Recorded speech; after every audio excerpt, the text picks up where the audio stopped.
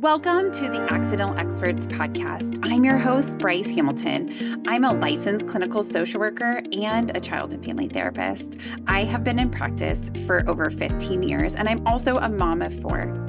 So I know the challenges both professionally and personally.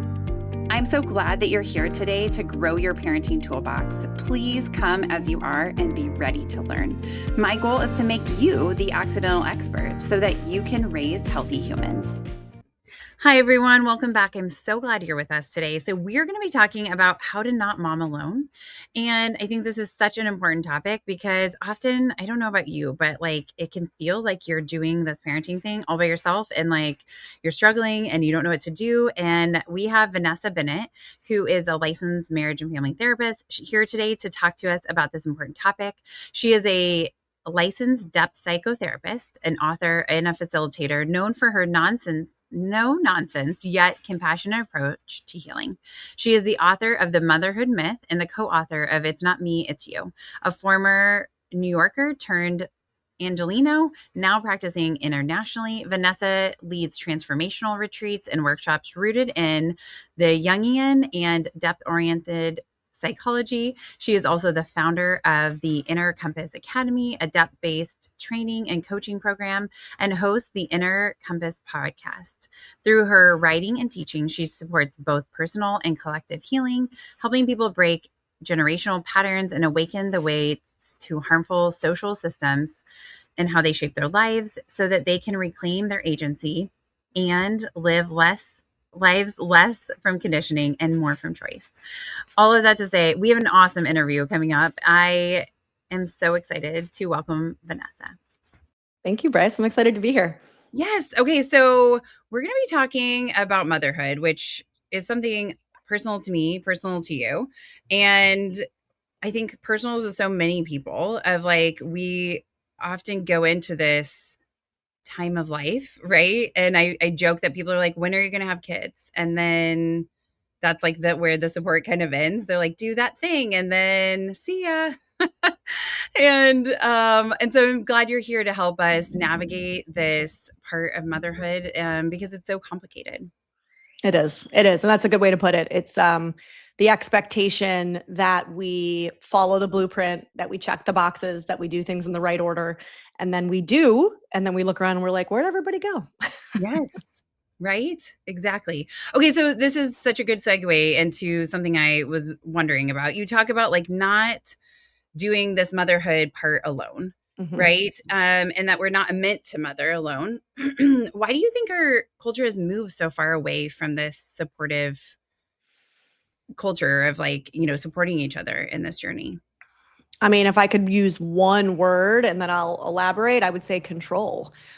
So, even the nuclear family is a creation of man, right? That wasn't actually how we were meant to survive and thrive as a species. As a matter of fact, we would not have lived as a species if we were, one person, possibly 2 people were responsible for raising children, especially because in our species, children are so helpless and need so much help for so long, right? More than any other animal in the animal kingdom. We were meant to raise children in a community, right? In a large extended family situation. And so not even just from an anthropological perspective, but also even from an emotional perspective. I've been pushing back a little bit even on in our field, on the attachment work, because attachment theory and the research around attachment was the 60s to the 70s, give or take. And that was well after the nuclear family had been established. And so, we came to this conclusion the primary attachment figure, which you and I both know is usually mom, is now responsible for either screwing up that child's attachment situation, right, or not. And I would argue that we as a species were meant to have multiple attachment figures, right? That provided us with security and understanding of self and connection in different ways. And so, of course, now when you only have one person that's your primary attachment figure, the majority of us are going to turn out pretty damn anxious, right? And even what we would consider more avoidant is still just anxiety, right? It's just a different way of dealing with the anxiety. So no, we were not meant to do this the way that we're doing this. There's actually research out there that shows even current collectivistic cultures. This is not a bygone era. This is not times gone by. This is right now on our planet, right? In current collectivistic cultures, the biological mom does on average 30% of the child rearing. Whoa. That number alone stopped me in my tracks, right? Because what do we do? Probably 90. Yeah. And for those of us who are doing it alone, 100, right? Yeah. So do you think that part of the reason why motherhood has gotten so challenging is because we're not sharing the load and therefore we're raising more anxious kids? Yeah, I mean, I think that's definitely one way to put it. I think that it was really helpful for me, probably because of my training in depth psychology. It's impossible for me to see the individual without seeing the collective and vice versa. So the way that I'm trained, right, Jung would work with the collective just as much as the individual. And so when I look at how we show up as individual mothers, it's impossible to see ourselves without looking at the structure in which we're mothering, right? And so when you look at, Renee Eisler, who has written many books, but one of her most famous, The Chalice and the Blade, she talked about them in terms of dominator systems, right? So our society is what we would consider a dominator system or a dominator model. And that would be any model that says there's somebody that's above somebody else or something that's above somebody else, right? So patriarchy, capitalism, white supremacy, misogyny, right? All of these systems in which we live under in the West that are dominator models, they need to maintain that domination somehow, and that is usually through control.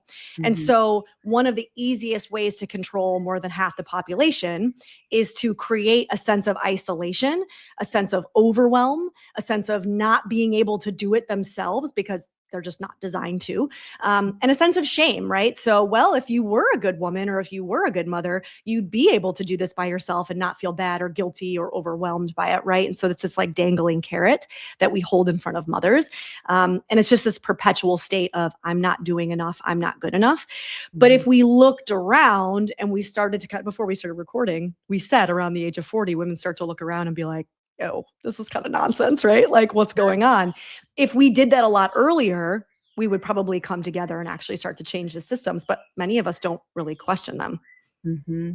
Well, because it's what our moms did and their moms did. And so it seems like it's what has been going on forever, right? And obviously that's not true. But I think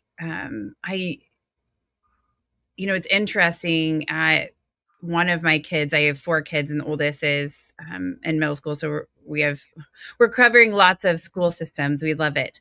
And in the elementary school, I feel like there is definitely moms who are challenging this part of like, instead of it being like everybody for themselves, it's kind of like, hey, the other day I got a text and I have girls in 2 different grades. And so I got a text from one of them that was talking about how do we help our kids talk to each other without giving them cell phones. Right. And so this was like a conversation and we were all doing it together. And I was like thinking like, how cool is this? Like, I feel like we're in it together, which is a cool feeling. Right. And then yesterday moms were like, okay, summer camps. Right? Like what are we doing? What's the plan? And then, everybody is always willing to carpool and things like that. And, because the truth is, I mean, we can't do it all. No. And I don't know. This is in opposition to maybe how we normally feel, but I don't want to do it all. It's not in opposition to how we normally feel. That's actually really normal. It's just that we don't want to talk about it because we're shamed for talking about it.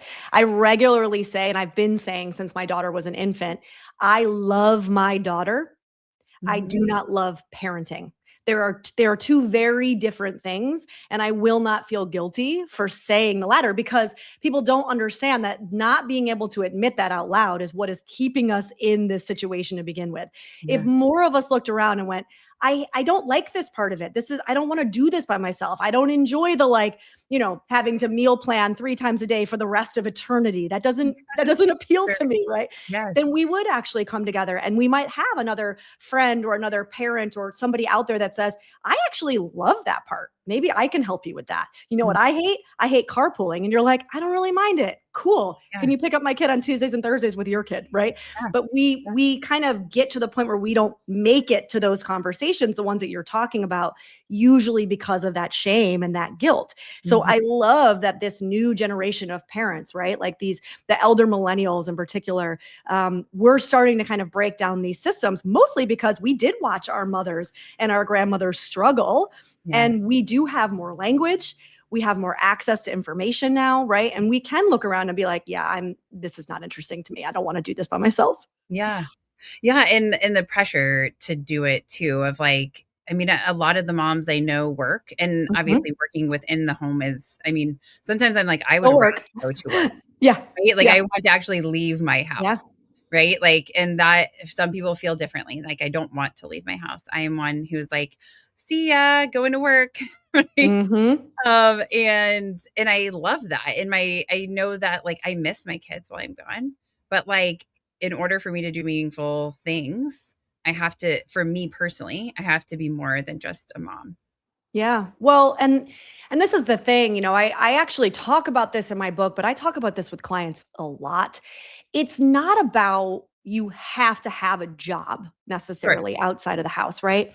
It's that you need to have something that is yours that has nothing to do with your children. That's what we're talking about here. Yeah. So you could be passionate about a career.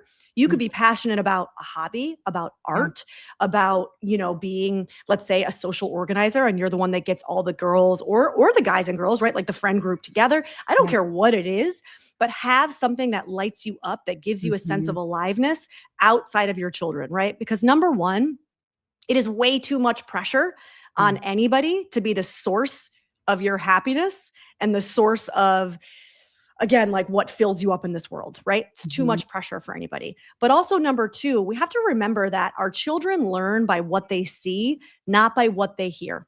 Yeah. So, I mean, heteronormatively speaking, our girls are looking at us to show them how to act as a woman in the world. And our boys are looking to us to show them what kind of woman to find out in the world, right? So if what they see is a woman who has no sense of self, that's what they will emulate, or that's what they will find. If they look at us and they see a woman who is overworked, burnt out, and honestly a little resentful underneath it all, that's what they're going to believe to go out into the world, right? To emulate or to find. So I talk to women a lot about, even if you don't know what that thing is, because I think our culture does strip us of that knowing in a lot of ways on purpose. Even just the like messy, awkward fumbling around trying to find it will give your children the permission to do the same. And so even in the beginning, if you're not doing it for yourself, do it for them. I love that.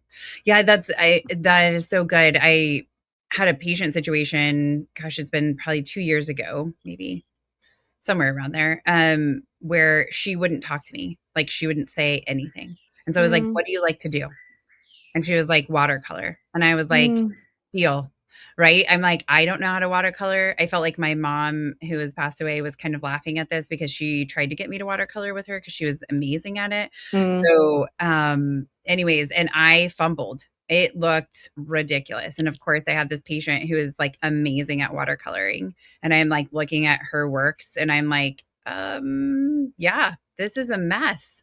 Right. But like I stuck with it and it's been amazing. But it was hard to do that, to like put yourself in that position where you're like, oh, this doesn't look so good. But and also what's so fun. Go ahead. Sorry. Yeah, I was going to say what's so sad about that, because you're not the only one, obviously, that I've heard. I say the same thing about my own drawing and art abilities. And my daughter is like, she came out the womb like a profound artist. Yes. And what makes me sad about that, and I think I had this aha when I was writing my book, right? I've always loved to write. But I've never written under the constraints. There we go. The constraints of capitalism. And I was telling a few of my friends that I loved the process of writing my book until the point where the creativity and the capitalism clashed. And then I stopped enjoying it. Right. Yeah. But that's also on purpose. So we have to remember that most of these feelings we feel are actually perfectly crafted on purpose to keep us from pure enjoyment, to keep us from working with that version of ourselves that actually has nothing to do with output, with how good it is. Can it be sold? Is it like monetizable, right? All of these things that, again, capitalism puts on us. Yeah. It's not about that. It's actually about tapping into a side of ourselves that is the feminine, that is fluid, that is, understanding the intuition, that is speaking to something higher than ourselves, right? It's like a gateway to spirituality. That's what creativity is really meant to be. But because it doesn't, air quote, make us money, we say, oh, it's not good enough, and we stop doing it, right? And then that connection to that side of ourselves goes dormant or gets cut off completely. Sure. That makes a lot of sense as to why we stop doing things of like, this is just, it's not worth the time because it doesn't give me any money. That's or it doesn't bring value, but value is, this monetary positioning or capitalism. Makes sense. So when you think about, like, let's go, I took us down a totally different path, but I want to also ask you about this. So like, I feel like we kind of talked about being martyrs as moms of like, we do it all, or we have this expectation of doing it all. I mean, and the truth is, if we don't do it, who is going to do it? Is that rhetorical, or do you want me to jump on that? Well, I mean, because I can jump on that if you want. But I mean, it's like, I mean, I'm not saying that there's not other people, right? But it's like, that's the feeling, right? Is like, if I don't do the lunches, then my kids don't have lunches. If I don't wash my kids' clothes, nobody's going to wash my kids' clothes, whatever it is, right? Like, it is the pressure that is on us to do things. Why do you think we equate sacrifice to success or to being a good mom? Yeah, I mean, again, I think this goes back to, it's been constructed that way in order to keep us performing, in order to keep us looking outside of ourselves for the validation that we are good enough, that we're a good mother, that we're a good partner, that we're a good whatever, right? Woman. And so when you start to question that and you start to pull those threads and you start to realize that you are kind of a cog in a system, it really helps free you up from the personalization. And it starts to change your perspective on, why am I doing this stuff? Why do I feel this way? Right? Because you can depersonalize it. That was a huge aha for me. And it's been a huge aha for a lot of my female clients, especially, right? Not just my female, actually, I would say my male clients as well. When you start to go, oh, this actually isn't intrinsic to me. This was placed upon me, right? So I can set this down, or when I feel it, I can start to question it and look at it in a different way. And you're right. Look, right now, if you didn't do the laundry, I mean, you do have a 2-parent household, so somebody would be there to do the laundry. Sure. But the reality at the end of the day is, again, we've gotten ourselves into a situation where it's 1, maybe 2 people in a household. So like, my mom was a single mom. If she didn't do the laundry, literally no one would be there to do the laundry. However, I do believe that our generation, again, we're starting to wake up to this, right? And we do start to, or I hope we're starting to, ask these questions of our friends. I'm really overwhelmed right now because of X, Y, and Z, right? Is there a way this week that you can take Susie and Bobby home from school on Tuesday night so I can have a few hours to myself, right? Or is there a way that you do Saturday this week, I'll do Saturday next week, so that I can catch up on all the things in my life I need to catch up on, right? Before we started recording, I told you that we had lost our house in the fires in January last year. And what was so devastating about that, of course, all of my things and my memories and, my grandmother's rings and all of these things, of course, are devastating. But I would say the most devastating thing is we had started to establish this beautiful community on our street. We had a little cul-de-sac, and our neighbors were chosen family, and the doors were always open. And we had started to establish that kind of neighborhood that I think a lot of us remember, actually, from the 80s and the early 90s, where kids were running in and out. Yes. I always knew that somebody was watching her. She was at my neighbor's house having a snack. She was never hungry because she was snacking at everybody's houses, right? Yeah. They're at my house, they're in my pool, and nobody had to worry.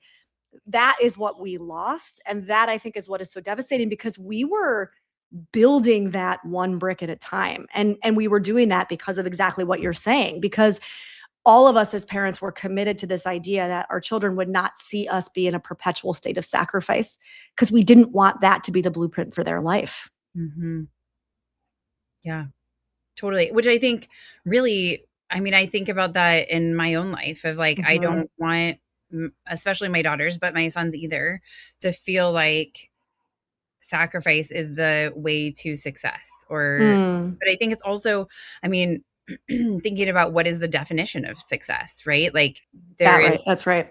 success so much outside of financial, right? And I think, I tell people like when you worry about money, then it's almost like the anti-money thing, right? Like Mm. obviously you have to worry, you have to think about being able to pay your bills and be able to like pay your car payment and get gas and food and shelter and all the things. I understand that, but I think sometimes we get so fixated it almost blocks us from like maybe what the universe is trying to give us of like we're getting in the way of our own success or whatever that is, the ability to take care of ourselves and our families and a place of joy and happiness and like connection. I don't know. Yeah, I think that's beautiful. And I would say that even this idea around money, what you're saying is like at the crux of it, we're talking about allowing our children to witness us also not gaining validation externally. Right. Mm-hmm. So, whether we're talking about getting validation because we drive the most expensive car on the block and it makes us feel good,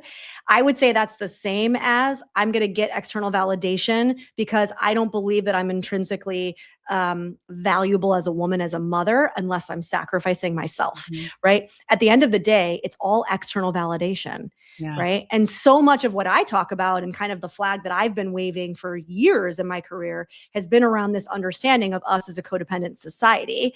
And again, it's been created this way so that we are always looking outside of ourselves, so that we are always hustling to make more money, to have a bigger house, to have a fancier car, because we don't want to look inside and do that work inside. But again, that's on purpose. Because if we looked inside and knew we had value internally, we wouldn't actually spend the money on the bigger house. And then Mm-hmm. capitalism as we know it wouldn't really exist anymore. Yeah. Which maybe would be for the best. Yeah. That's the point, right? Okay. So I think sometimes we have an audience of new moms too who are like trying to get ahead of the game. Sure. And which I mean, I wish I would have had podcasts. I mean, it was like Right. because it's like easy or access to information, I feel like. I had to like sit down and read a book, which it's like with newborns or little kids, it's like, I mean, sitting, I love to read, but like to actually have the time to sit down to read was not something I remember having. No. So what would you say to new moms or people who are like just entering this journey of motherhood? I think it's great to air quote like get ahead of it.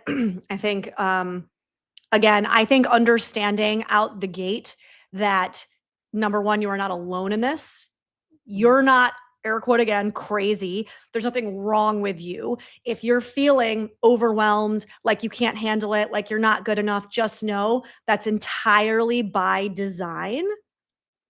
And so if you're feeling that, you're actually checking all of the boxes that our society was set up to make sure that you check.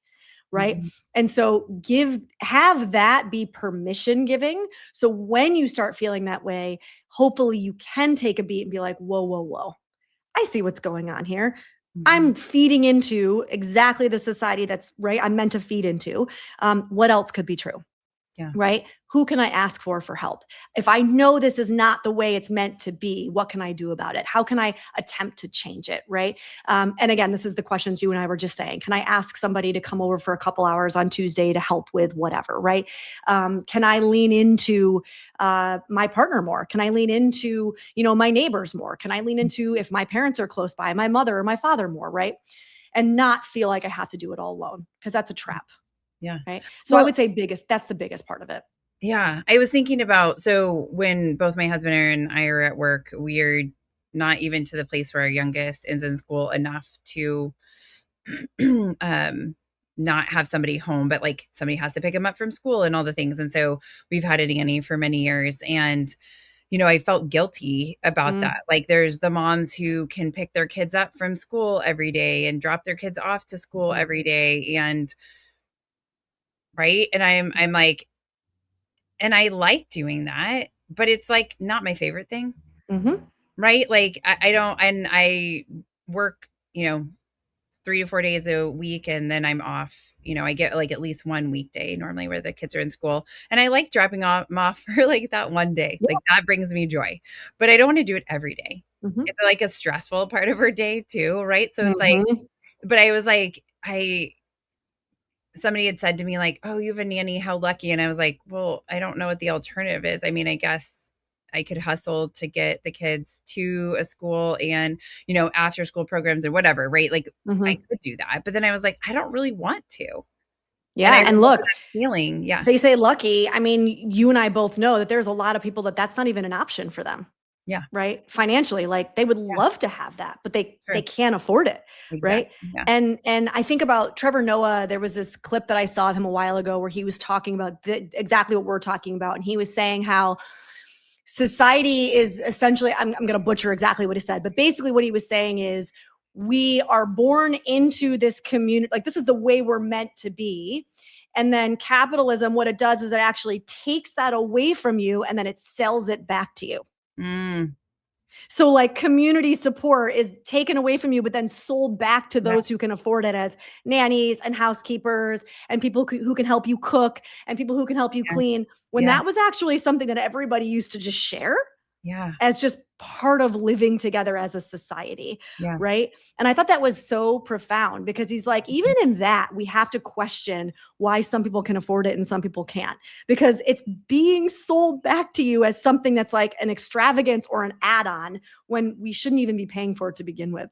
Mm-hmm. Yeah. So how did that fall apart? How did our collective society where we're really like working together, like how did capitalism chip away with that? Like when did it start? What is Whew, the history girl, here? how much time we have? Yeah.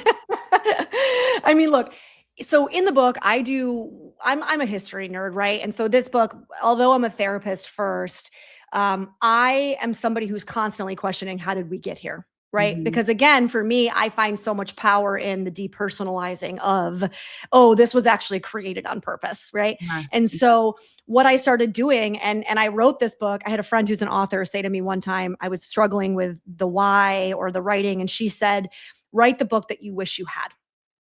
Right. And that was Mm, really helpful for me. And so that's what I hoped to do was write the book that, again, if I was that new mother coming in and I read this, it would have saved me many years of stress and anxiety and yeah. guilt. Right. So when I started researching, I mean, look, I'm a cis hetero white female. So for me, I was like, okay, let's go down the Western path of history, right? But I really dove into the anthropological and the sociological side of things. And I went back to the kind of European model, of before feudalism came in, when we were more of an agriculture society and we did work together and we lived together in these communal Mhm. areas, right? And what I started doing was tracing all the way back to when that started being controlled Mhm. and what they call in Europe, it's called the enclosures. So what this is it's literally the birth of capitalism. We can see it actually happening in the history books. So you have lords and you have wealthy families and you have aristocrats and they start buying up land, right? And wanting ownership of more and more because that's where the money is, right? Mhm. So what happens is they start kind of encroaching in on the people who were not the rich people who owned everything. And they started creating these communal spaces like, okay, this is what you get.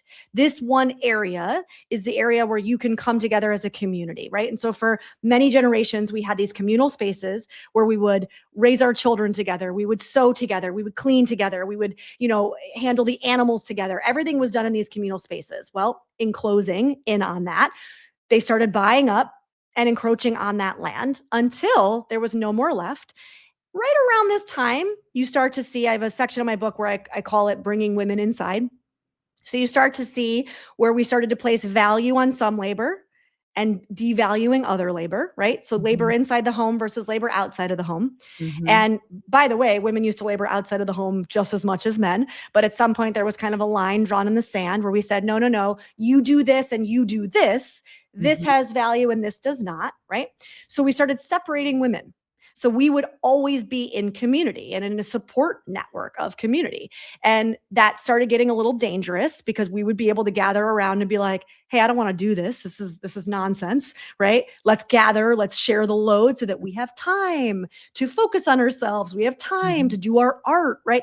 No. That's not, there's no monetary value in that. Okay. So let's start making sure that women are isolated. Let's bring them into the home. Let's devalue the work that they're doing so that they're trapped, right? And you can start to see in those moments exactly the kind of building blocks that are being placed and how that trickles over into what we now even are existing in as a society, right? So even then, there was like the initial markers of what we would call the nuclear family. And that was really kind of established around, what was that, like World War I, when again, we needed to monetize certain people over other people, right? Sure. And so you start to see there's that like trend of people moving out of cities and moving out into suburbs. That's when you start to see like multi-generational homes start to fall apart, right? So, look, I could go on and on. This is me giving like a 30,000 foot of like, a couple centuries of development here. But again, the biggest importance here is for us to start to go, oh, you mean it wasn't always this way? Oh, you mean this isn't actually natural to our species? That's why it feels so hard. That's why I constantly feel like I'm failing, right? So if anything, I hope through the research that I've done, and I kind of botched it just trying to cram it into, a couple minutes here, is helping us understand it doesn't have to be this way. You're allowed to question things. You're allowed to do things differently. And you're allowed to want more and to reach for more and to stretch and to do things differently. Yeah, totally. Okay. So the moms who are listening to this, right? Like they're thinking, okay, so how do we start this conversation? You've given suggestions about like, could you help with this? Or, can we trade off, which I love and I think is so helpful. And knowing that, I mean, maybe not every mom is interested in this, right? There might be people who say, nope, that's not for me. Okay. But I think for the most part, every mom I've been like, hey, I'll drive to this sporting thing. Can you do pickup? Can we do this? Can like where it's like, we've done it where a family makes dinner and we make double and then we share or whatever. Like, I mean, for me, I love to cook. So it's like, if I can make more of something and give that to somebody else and that saves them from having to do something, I'm like, I'm all in. Right. Because then if we're returning the favor, even if it's not with food, right? If food is not their thing, but they're going to take my kids someplace, right? Or have my kids over and I get the whole house to myself for a couple hours. And that's a good trade for us. Like, love it. But I can imagine some moms are like, how do you even start this conversation? Because I think it's not just about the, can we trade off services? It's like, do we have to keep doing it like this? Are you tired as a mom? Right? Right? Like, so how do we encourage these women to connect with the people in their community, whether it's, extended family or it's neighbors or it's parents that are in the same community as your kids, right? Like, what do you think the conversation could look like? What suggestions you have on that part to addressing the bigger issue, not maybe just the smaller tasks?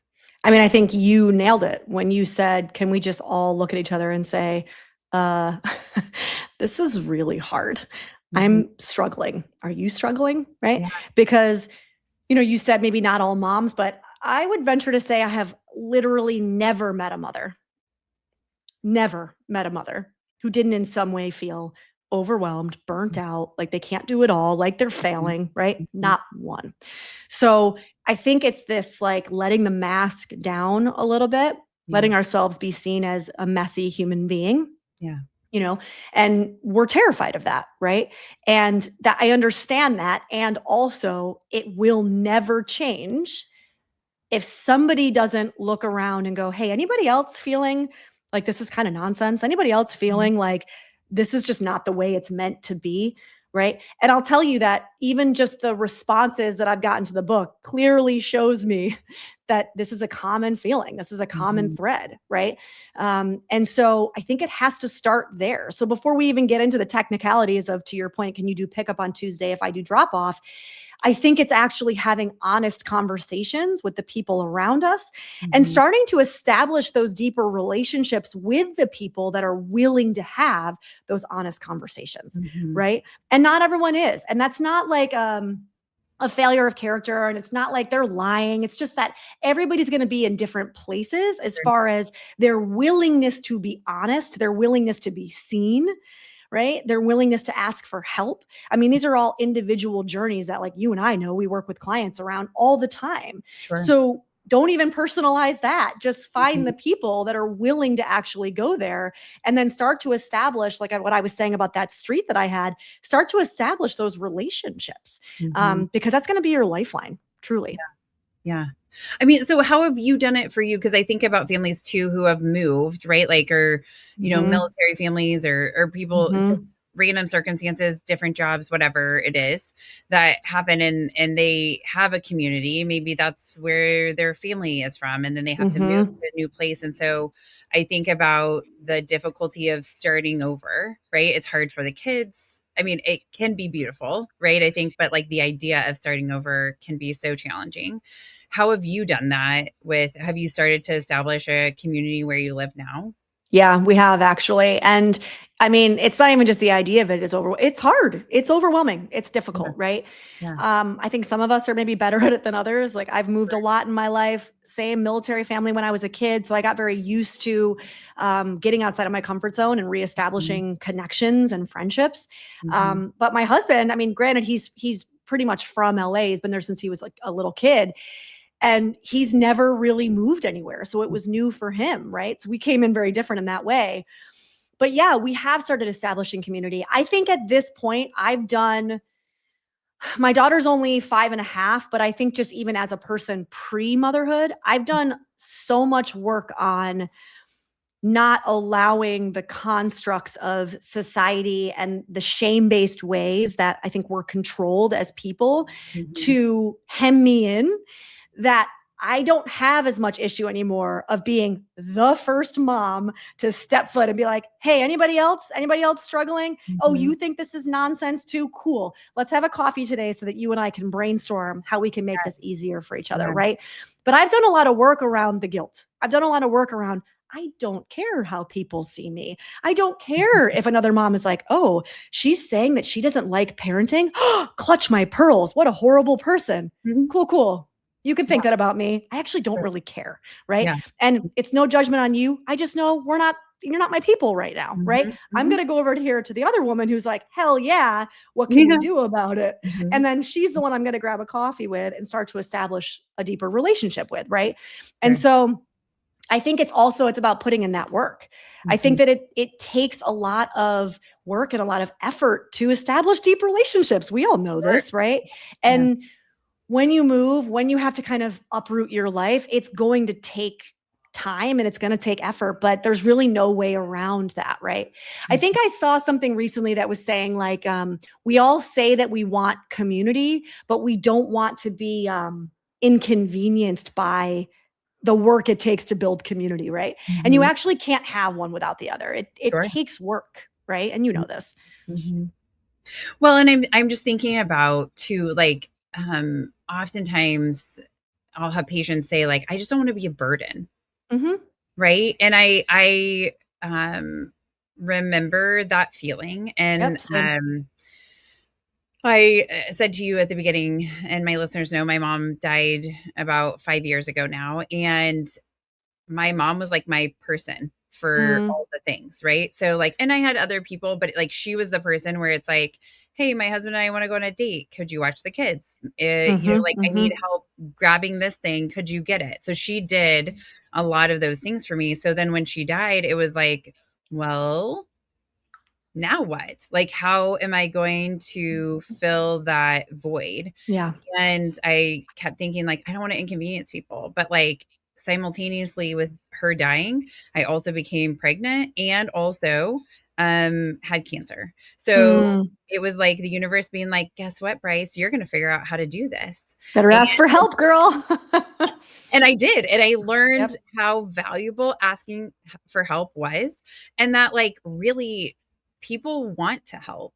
Really, Mhm. I haven't found that like when I ask for something, and sometimes people say like, I can't do that, but I could do Mhm. this, Mhm. right? Or, I can't help with that way, but like let me know if there's something else. Like they're not open to the thing, right? Of giving help or receiving help. It's just like that one thing is something they couldn't do, which is totally fair because there are Yep. things where if somebody was like, "Hey, could you add this to your could you also do this for me after you finish your day of work?" And I'm like, "Yeah, no, but tomorrow Mhm. I could." Mhm. Or, so I think it's like not taking that as a rejection of like it's just, hey, they couldn't do that thing, but like most people want to say yes. And like it was so wild the amount of people that came out of the woodworks that were like, "What can I do for you?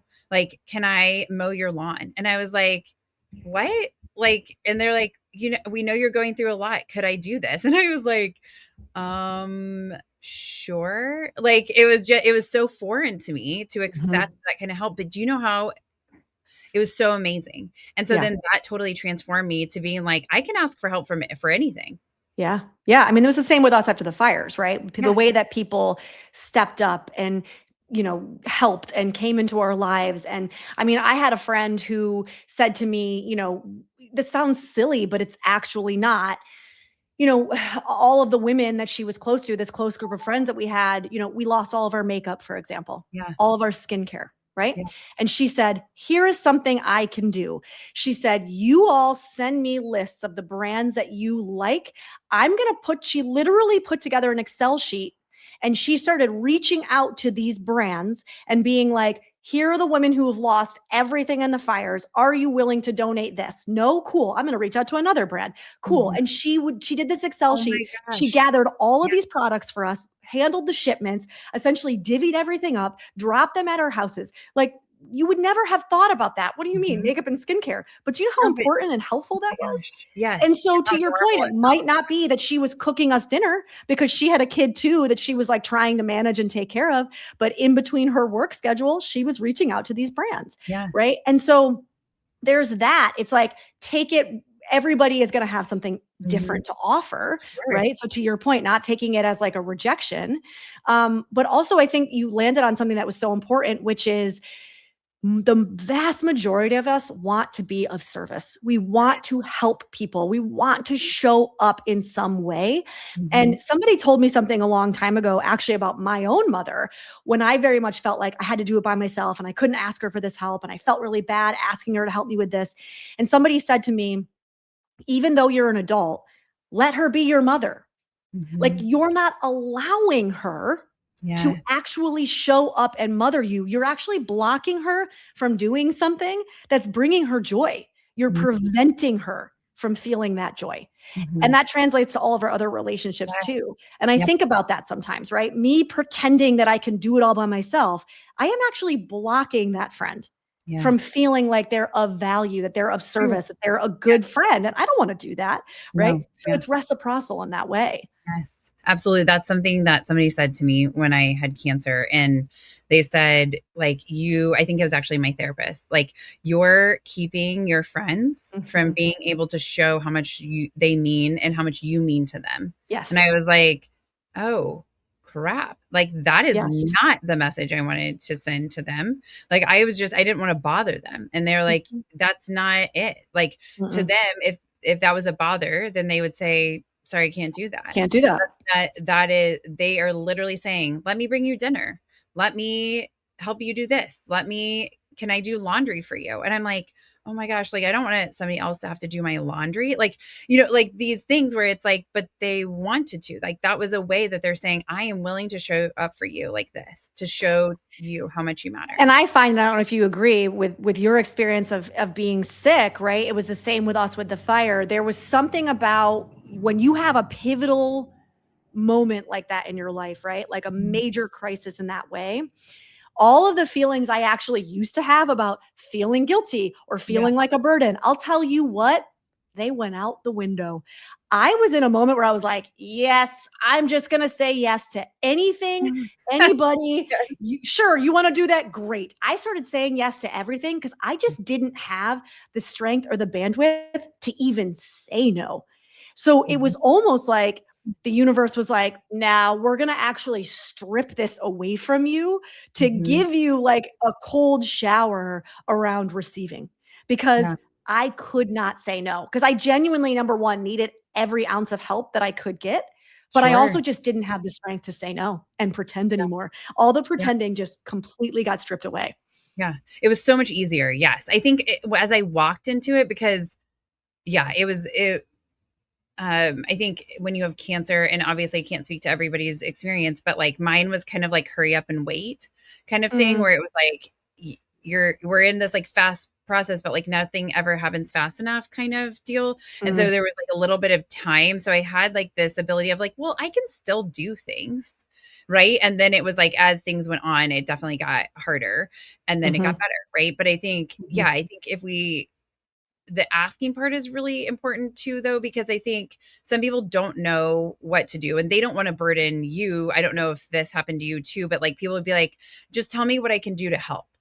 Right. And it's like, that's not super helpful, guys. No, yes. Yeah. You're listening. That one, we just don't offer something. Yes. Just offer something. Yes. And whatever you feel comfortable with offering, offer it. Yes. That's right. And because I agree, because then it would be like, okay, well, I could ask. And obviously in times where I'm not in crisis, it's way easier to just ask, to be like, hey, do you want to make this swap, or would this be helpful for you? But like in crisis, yes, it's like, I can't think of any of the things that I'm like, I don't even know what I need. Like, do I have laundry detergent? No idea. Like normally the normal Bryce knows how much laundry detergent she has, because as soon as they open the last package, I order more or get more. And, like I keep on track, but like when you have something else that's taking up all of your here and now bandwidth, you don't know. And I'm sure in your situation, you had nothing. So you're like, there's no way I could have too much of anything right now because I have nothing. So I'll take it all.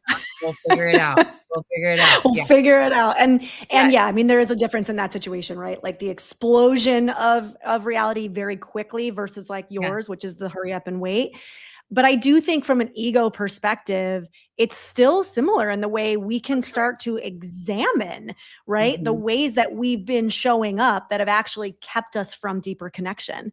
And so I feel like even post fire, I've held on to a lot of what I learned during that crisis, right? And I hope that it doesn't take a crisis, but it often does, right? I usually will say, yep. I usually will say to clients, like I call it, the feather, the brick, or the Mack truck. Like a lot of times the universe will tickle you with a feather, and most of us don't want to listen to the feather. We brush it off, and then the universe will throw a brick, and usually even a brick isn't enough. And so then it's like, okay, well, here comes the Mack truck. You can't not listen, right? Yeah. And so whether that's a sickness, whether that's a fire, whether that's a death, whether that's a loss of a job, right? Your Mack truck is going to look different than mine. But oftentimes there is an opportunity when the knees get cut off, right? Like, bam, to really examine the way that you're living and start to recalibrate. And I feel like that is a lot of what came out of it for me. Yeah.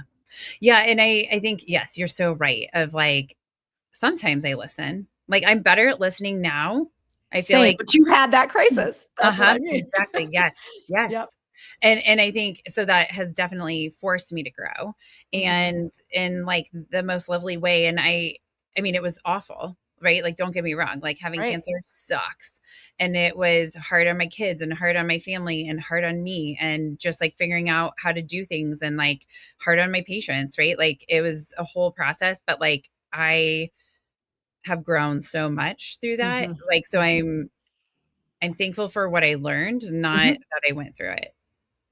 I mean, maybe I had to go through it, but like, I mean, it's not like I would wish that on myself again. I'm sure you would never wish the fire on yourself again, but it's like, there's some things that just happen, and it's like, okay, so like, what can I take away from this? Like, how can I grow? How can I find something good? And I know sometimes when I talk to people about that, like, obviously you have to be ready to hear that, like, something good can come out of this. But I think about my life and other hard things that have happened, and I've been like, so much good came out of that. Like, I did not think that was the right thing. I mean, like at the time I was like, oh man, like this has ruined everything. Like now, whatever, all the anxiety comes out of like, Yeah. my life will be ruined. I quit a job years ago that was not a good fit for me, and I didn't have another job. I just quit because they were wanting me to do something unethical. And so I just quit. And then I remember calling my mom and being like, I just quit my job. And she's like, she's like, what? You quit your job? I was like, I know, but like, here's the situation or whatever. And she's like, we'll get it back. And I was like, here's the thing. I actually don't want it back. Like that was like, it was so unlike me, but like, it gave me so much power. And then I was like, okay. And then we figured out, and I thought to myself, like, I'll never be a therapist again. And we can see that has totally been untrue. But I was so worried that, it would not turn out well, but it turned out so much better. It was like the universe saying, like, this is not the right place for you. Right. Like you need to pivot here. And I was like, oh, I'll just wait until I finish all my clinical supervision and then I'll pivot. And they were like, nope, you're doing it now. Yeah. And I was like, yeah, but I'm not ready. And they're like, yes, you are. Too bad. Yes, you're doing it. So I think, looking at that, and I think that is also something that is so important for us to demonstrate to our kids too, of like, parents will often ask me like, okay, well, I don't want to share the hard things with my kids. And I understand, like, there are things that are complicated that are not kid-sized problems, right? Like we can't break it down into something maybe small enough, but I doubt that we couldn't. I bet we could find a way to make it a kid-sized thing, because our kids know when we're struggling. Our kids know when there are things that are feeling different. Our kids know these things. Right. They're literally studying us from the moment that they're born, or before that, right? Like in utero, they're studying us to like understand, and they know when something's wrong. So if we don't put something there, they're going to blame themselves and take ownership for things that have nothing to do with them, maybe that, right? And so I think helping our kids understand, like, this is what happened. And, I talk to my kids about having cancer, right? Like, and that was a hard conversation. Now I didn't make it, I made it as positive as possible, right? Like, this is what they're saying. This is what's going to happen, like as fact-based, like, here's what the treatment is going to look like. And also I said to them, and this is what I'm thinking about it. Like, this is my mindset is I'm going to make it through this, right? Mommy's going to fight as hard as she can. And I have great doctors and all these things. And, we're going to do this together. We're in this together. Right? Like as a team. And I feel like that brought our family closer together, to kind of lean on each other too. But like, what do you think about sharing things with kids as opportunities for growth? Yeah, I mean, I'm a big fan of obviously age appropriate, but I'm not a big fan of hiding things. Even my husband and I, like we don't like only fight behind closed doors, which I know a lot of people do. Like if we're going to bicker, or as my daughter, the Bluey generation calls it, are you squabbling? That's what she says to me all the time. Yeah. And I will usually say to her, we are. Do you and I squabble? And she's like, yeah. And I'm like, right. Everybody who loves each other squabbles, right? Sure. But what I do is I also allow her to watch us repair, right? Yeah. So it's very important that children, again, to your point, watch you, and they're going to emulate you. So they're going to show, or you're going to show rather, that, yeah, people squabble. Yeah, people struggle. Yeah, people get sick, right? The horrible things happen to people, right? We lost our home. There was no way I could hide that from my daughter, right? So it's this idea of I'm setting her up in adulthood to normalize struggle, but also to, I believe, like, be able to hold the tension of the opposites. So for example, with the fire, right? There would be a lot of times where my daughter would say to me, one of the things she said once was like, I really miss our couch. I miss laying on our couch and watching TV and snuggling. And I said to her, me too. And that was it. And we just sat together in silence, and she was upset. And I just sat next to her and I agreed. I'm like, yeah, so do I. I didn't try to fix it. I didn't try to put a positive spin on it. I didn't try to distract her, right? I just agreed. And I think it's also really important in these hard times that we show children that their feelings, number one, are valid. They don't have to make them go away, right? And that hard things and sadness and fear and regret and all of these feelings can exist at the same time as us saying, and we're here and we made it out alive and we're safe and thank God we have each other. Like, all of those things are true. Yes. And we miss our couch and we miss snuggling on it, right? Yeah. They don't kind of discount each other. And I think there's a really big valuable lesson in that too, that I think we take away from our kids when we don't have those real conversations with them. Yeah. Well, and we don't want our kids to struggle. And so we see emotions as struggle. And really, we're stealing that opportunity. Like people being able to show up for us is like, yeah, it is really, I would rather say to my kid, shh, shh, shh, you're okay. You're fine. Right. Than to be like, having a nightmare is really scary. Yeah. I'm been sorry there. that happened. Yeah. Been there. It's hard. I get it. You know? And yes. And then you just be with them. Yes, exactly. Because what are you really going to do anyway? You can't undo the fact that they had a nightmare. It already happened. Right. And I think, oftentimes I feel like our society is also stealing men's opportunity to express emotions. Right. And that saddens me greatly because I think that is contributing to where we are in our mental health journey. It starts in boyhood, right? I mean, it's not men. It's like we create this from birth with boys, actually, and it doesn't, just because we shame their emotional selves, just because we shame their spiritual, intuitive, feminine, energetic self, doesn't mean that it gets cut off. It means it goes into the shadow and it becomes something that controls them in a very different way. And it also becomes something that they then attempt to outsource through their female partners oftentimes, right? I have a whole section in the book where I talk about this with the struggle around sex in particular, especially once a child enters the picture.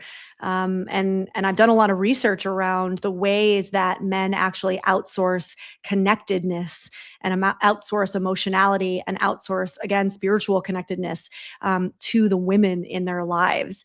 And then the work and the kind of burden that places on the women in their lives. And, we look around at each other and we get so upset about the burden, but we don't look at ourselves. And I'm not blaming us as mothers, but we don't then look at ourselves as the ones that are raising the boys to become the men that then put the burden on the women, right? Yes. It's not about blaming, but it is about accepting our share of the responsibility and doing something different. That's right. Dr. K, he has the Healthy Gamers podcast. And one of the things I was listening to one of his podcasts a couple of years ago about men, I can't remember what it was called now, of course, but it was talking about emotions and how, like, when we have boys that, like, as kids, like, that we say to them, there's like a conflict or something, we're like, stand up for yourself, like, fight back or whatever, don't be sad, like, don't cry about this, don't be a sissy, don't whatever, right? And so then they're like, okay, that's not an appropriate emotion, right? And then, like, don't be scared, like, don't be a baby, right? Like, these things. And so then we're pushing those things away. And then, they end up having anger and happiness, that those are the two emotions, right? But then you have somebody who's grown up to use anger as their way to, like, guide them when things don't, like, they're not feeling right. And then we call them abusive. And I'm not saying that can't be abusive, but it's like, okay, well, but if we're stealing all the other emotions from them, not allowing them to feel them, then it's hard for them to be able to demonstrate something in a healthy way all of a sudden, just because you became an adult. Like, I was never allowed to feel sad. I was never allowed to feel scared. And not to mention that there's thousands of other feelings, but, like, I can be mad or I can be happy. Well, we're probably not going to do very well. That's right. Those are the two options. That's why I actually say in the book, we allow, there's two socially acceptable ways to feel in a patriarchal society as a man, right? And that's anger and that's through sex. And so that is really the only options that we allow men to feel something, right? And so it's no wonder that, again, we have a lot of angry men and we have a lot of men who use sex as a way to self-soothe, as a way to feel connected, as a way to feel just alive in a world that otherwise steals aliveness, really, for all of us. Oh my gosh, yes. So as moms, again, not blaming, but we can do better. We can raise a generation of people starting now that is so much more allowed to feel their feelings and aware of them and expressing them. I mean, my 3-year-old, or he's just turned 4 yesterday, actually. So he's 4 now. He would be upset if I called Very him. upset. Yeah, because when I turn 42, I'm going to be like, if you call me 41, I'm going to be like, yes. Or you call me 39, I'm going to be like, that's fine. But when you're 4, you've worked really hard for this. But I mean, he will be like, "Mom, you make me so sad, or you make me so mad, or you do these things, or I'm really scared about this thing." And it's, it's like that balance of figuring out how to navigate it. And I do think that is so hard. And there are times where it's like this part of parenting where it's like, I know that that's my job, is to navigate through the feelings, but sometimes it's hard to sit with them, because I had parents that didn't sit with feelings very well. And That's so, right. it's like us learning to like sit in that, right? And that's like our own growth, is to be able. So I don't think that it's just like a matter of hearing it and being like, okay, I'm going to totally change all of it, No. right? Like it is so much more complicated than that. Like we have to grow. Yeah, I mean, that's what they say, right? It's like we're the first generation of parents that we're raising ourselves while also raising our children, because we are attempting to bring in skills and raise our children in a way that it was not modeled for us, right?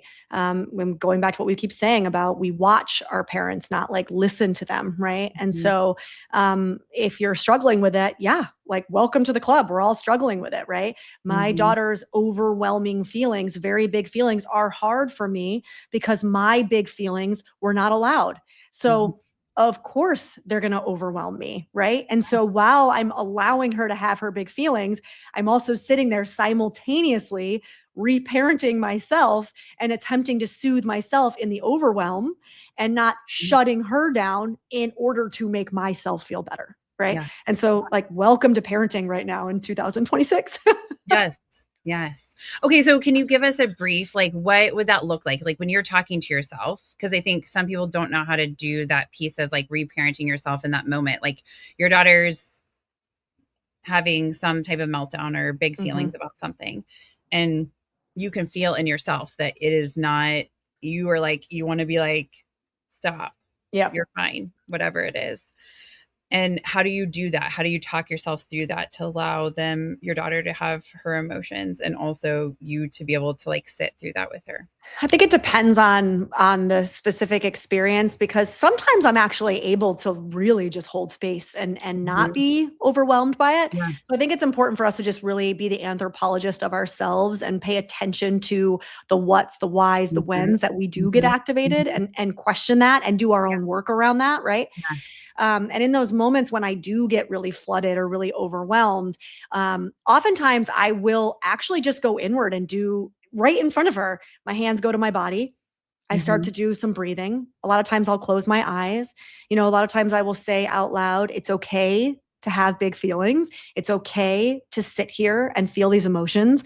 And even though I'm talking to myself, she is there watching me talk to myself, right?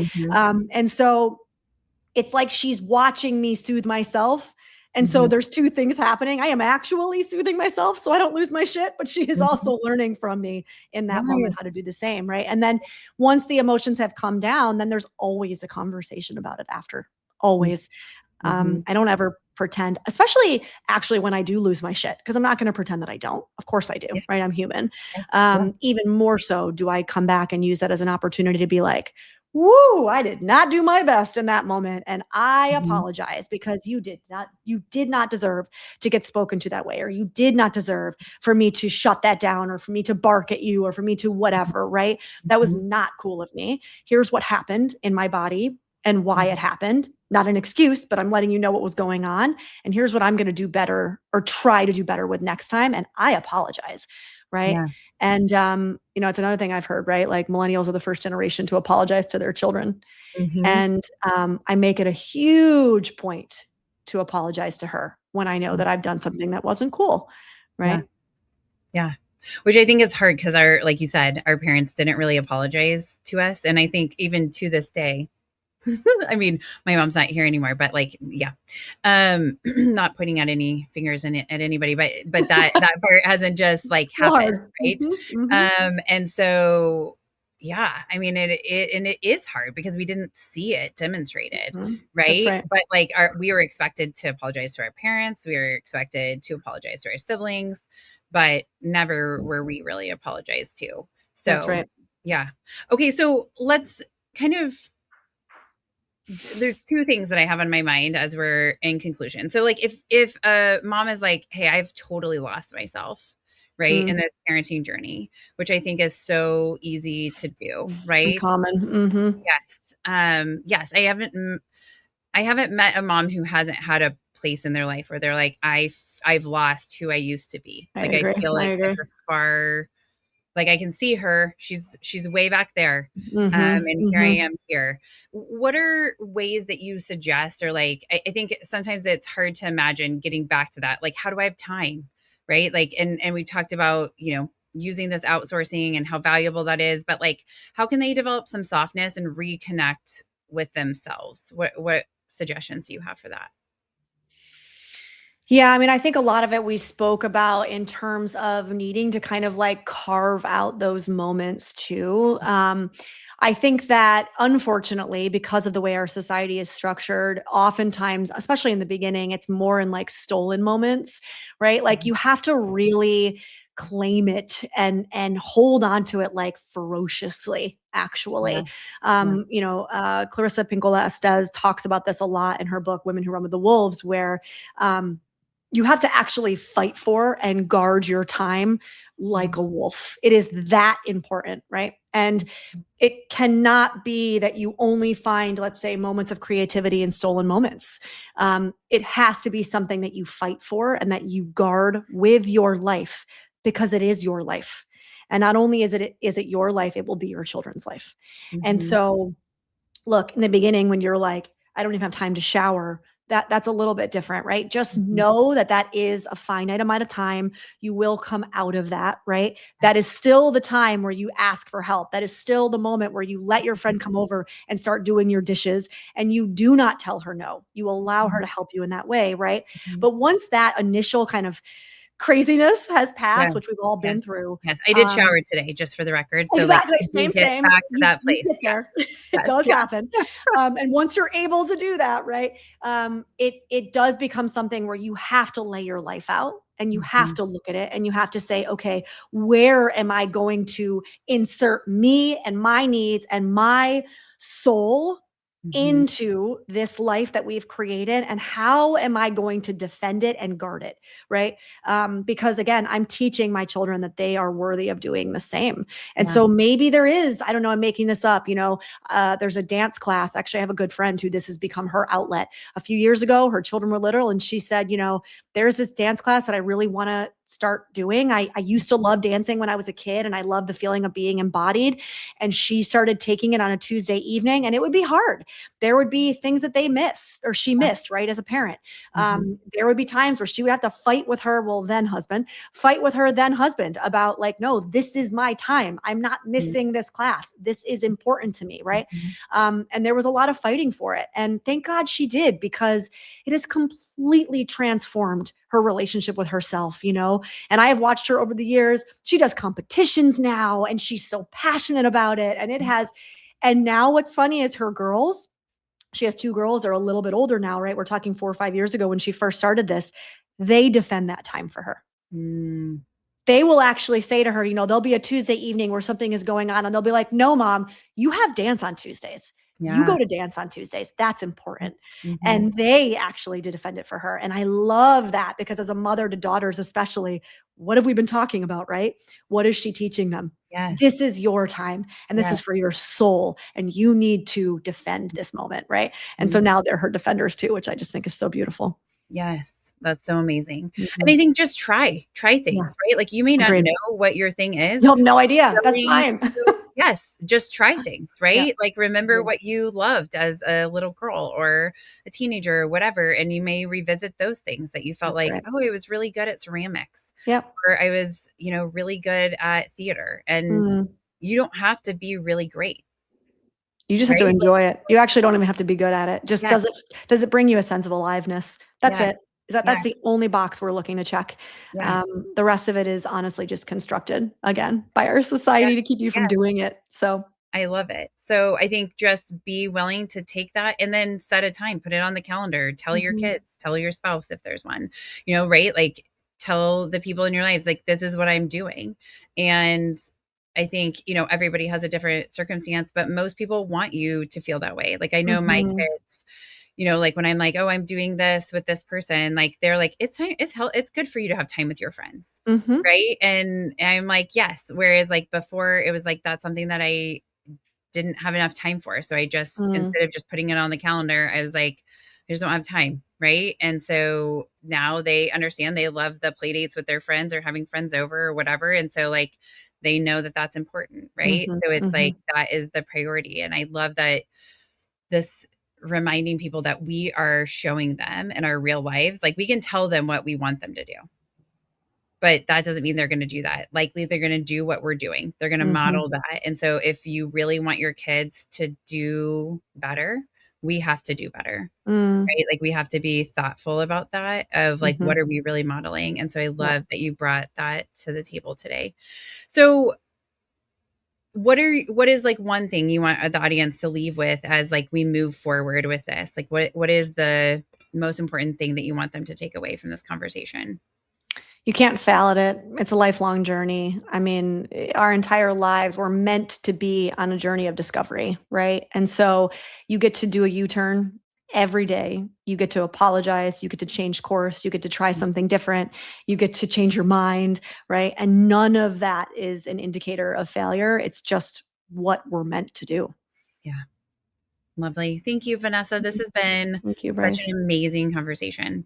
I appreciate you. Thank you.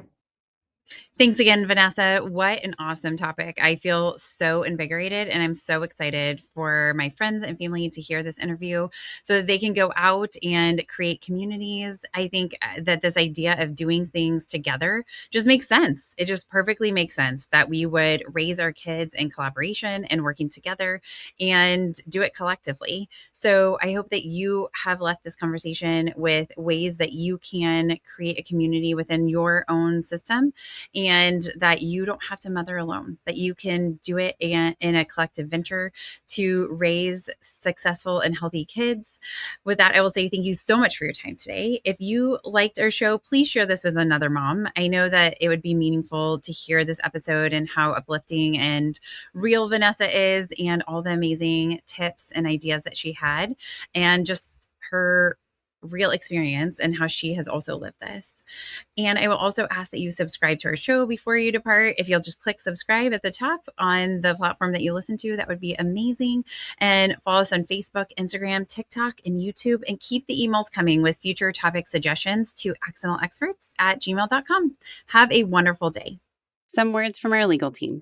The information presented in this podcast is not intended or implied to be a substitute for appropriate professional advice, diagnosis, or treatment. All content, including text, graphics, images, and information contained on or available through this podcast, is for general information purposes only. This podcast makes no representations and assumes no responsibility for the accuracy or information on or available through this podcast, and such information is subject to change without notice. You are encouraged to confirm any information obtained through this program with other sources and review all information regarding any condition or treatment with the appropriate professionals. What we're saying is, yes, I am a real therapist, but I'm not your therapist.